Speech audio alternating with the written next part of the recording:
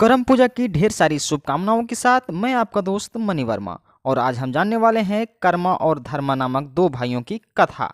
तो चलिए वीडियो को पूरा देखते हैं। चैनल को सब्सक्राइब करते हैं और बेल आइकन को भी दबा लेते हैं। कहा जाता है कि कर्मा और धर्मा दो भाई थे।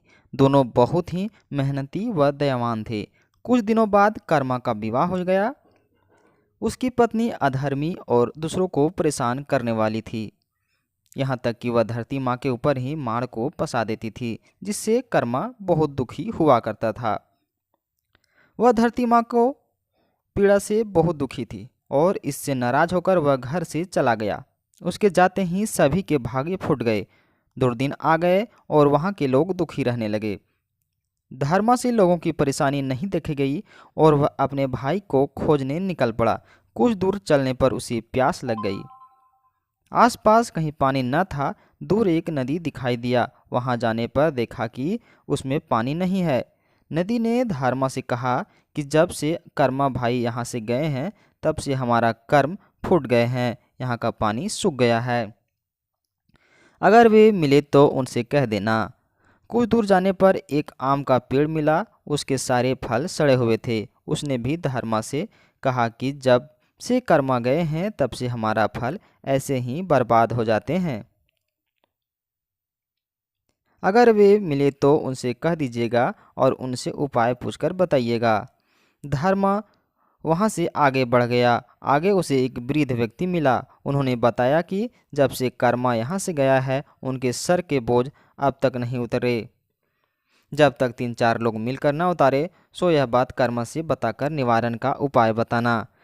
धर्मा वहाँ से भी आगे बढ़ गया। आगे उसे एक महिला मिली। उसने बताई कि कर्मा से पूछकर बताना कि जब वे गए हैं खाना बनाने के बाद बर्तन हाथ से चिपक जाते हैं और इसके लिए क्या उपाय करें। धर्म आगे चल पड़ा। चलते चलते एक रेगिस्तान में जा पहुंचा। वहाँ उसने देखा कि कर्मा धूप व गर्मी से परेशान है। उसके शरीर पर फोड़े पड़े हैं और वह व्याकुल हो रहा है। धर्मा से उसकी हालत देखी नहीं गई और उसने कर्म से आग्रह किया कि वो घर वापस चले। तो कर्मा ने कहा कि मैं उस घर कैसे जाऊं जहां मेरी पत्नी जमी माड़ पर फेंक देती है। तब धर्म ने प्रवचन दिया कि आज के बाद कोई भी महिला जमीन पर माड़ नहीं फेंकेगी। फिर दोनों भाई वापस घर की ओर चले तो उसे सबसे पहले वह महिला मिली जिसने कर्मा ने कहा कि तुमने किसी भूखे को खाना नहीं खिलाया था, इसीलिए तुम्हारे साथ ऐसा हुआ।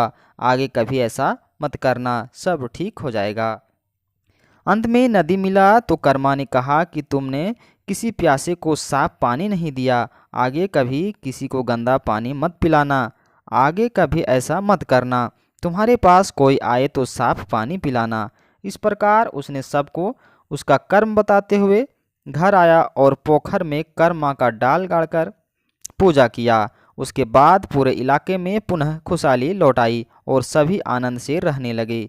कहते हैं कि उसी की याद कर आज कर्मा पर्व मनाया जाता है। वीडियो देखने के लिए आपका तहे दिल से धन्यवाद।